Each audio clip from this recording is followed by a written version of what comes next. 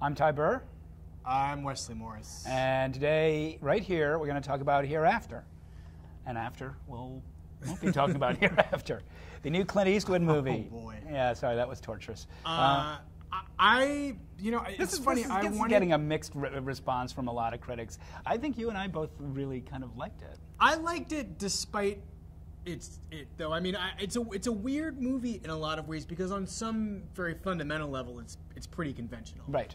The setup is basically that it's three different stories. Sort of, they're not quite interwoven until the end. They're just sort of jumped between. The movie sort of oscillates. The screenwriter Peter Morgan, who wrote The Queen, has been studying, the Mexican, what's his name, Arriaga. Yes, Guillermo Arriaga. Who made 21 grams. And, Gonzalez right, he's been studying that, and so we've got this triple narrative that sort of circles around each other. With the central one features Matt Damon as this reluctant psychic who can, commune with the dead. He's basically Christopher Walken into the dead zone. Yes, but it's not a bad thing. In the same way that women sell their bodies for money when they're desperate in other movies, men in movies sell their psychic abilities. Yes. In a sort of higher echelon. I wish I had that psychic ability. Could use the cash. So, at some point, these three stories come together. But in the meantime, and I will repeat that Clint Eastwood made this movie. Well, that's sort of for me what's very interesting about this film, and ultimately endearing. Right. Which is that you have this director who in maybe the last 15 years of his career has become what I think is one of the great melodramatists in the movie. Right, you said that, and I also think he's unacknowledged as a really good director of women, a good director of actresses. But that's part of. I mean, I think that's also of a piece with what has made him this very good at this particular type of filmmaking.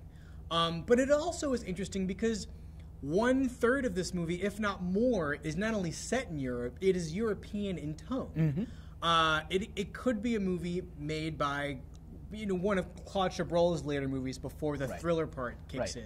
Right, it's not a young French bad boy director's movie. No. It's sort of an old master French director, well, and he's sort of exploring. He's 80 years old. He's thinking about death. But he's been thinking about death, for the last 20 years. Yeah, but now he's really thinking about death and what comes after. But he's not thinking about it in a sort of obvious or sort of moral way. I think it sort of has now creeped into the very DNA of his filmmaking, so that it's not, even while it's ostensibly the subject of this movie and was the subject of Gran Torino and was to some extent also the subject of Invictus. Morgan Freeman sort of contemplating his own mortality, healing his country before he shuffles off the mortal coil, or having been in prison all those years and then coming out in a sort of political afterlife.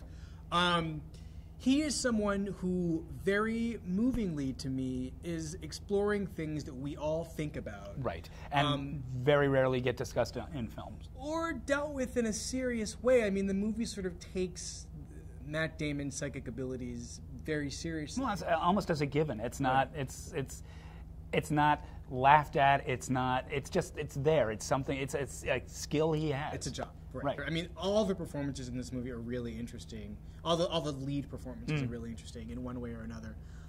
Especially Matt Damon, who does something that I haven't seen him do before, which is sort of hold a movie by not saying much. Right. And by having this sort of very palpable desire. Well, he's always sort of anchored the Bourne movies in that way as well. But this is sort of it's emotional in a way that those other movies aren't. Yeah, I will say that Cécile de France, her plot line and her performance did not particularly move me. I was more interested in the other two.